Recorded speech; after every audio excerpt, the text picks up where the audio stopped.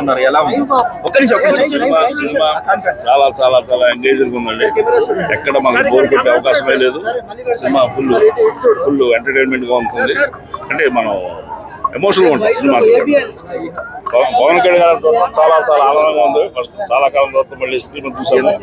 అది ఒక ఫేస్ నుంచి ఫేస్ షిఫ్ట్ అయినా చాలా సంతోషంగా సినిమా చాలా బాగుంది. ఎలా అనిపించారు? సాంప్రదాయాలు హిందూ మతానికి దానికి సంబంధించి ఉందని చెప్పేసి అంటే సంస్కృతి కథలో ఒక భాగం అది.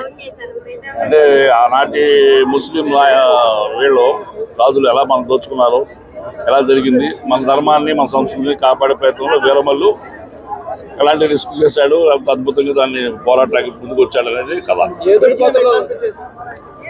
బీజీ మదిలిపోయిందండి. కీరవాణి గారి బీజీ మదిలిపోయింది. నెక్స్ట్ ఫోటోగ్రఫీ చాలా బాగుంది, మాటలు చాలా బాగున్నాయి.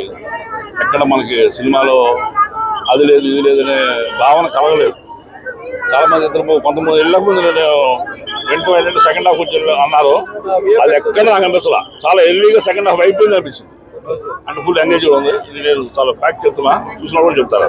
పవన్ కళ్యాణ్ గారు యోధుడి పాత్రలో కనిపించారు.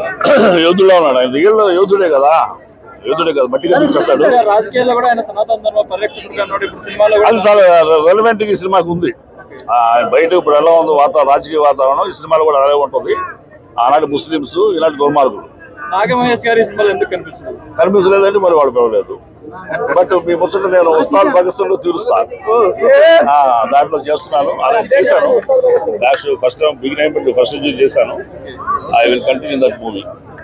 Good character. పవన్ కళ్యాణ్ సినిమాని ఫస్ట్ చూడడానికి వచ్చారు. ఏంటి అసలు అంటే సినిమా మాత్రం అంత మోజు ఉంది.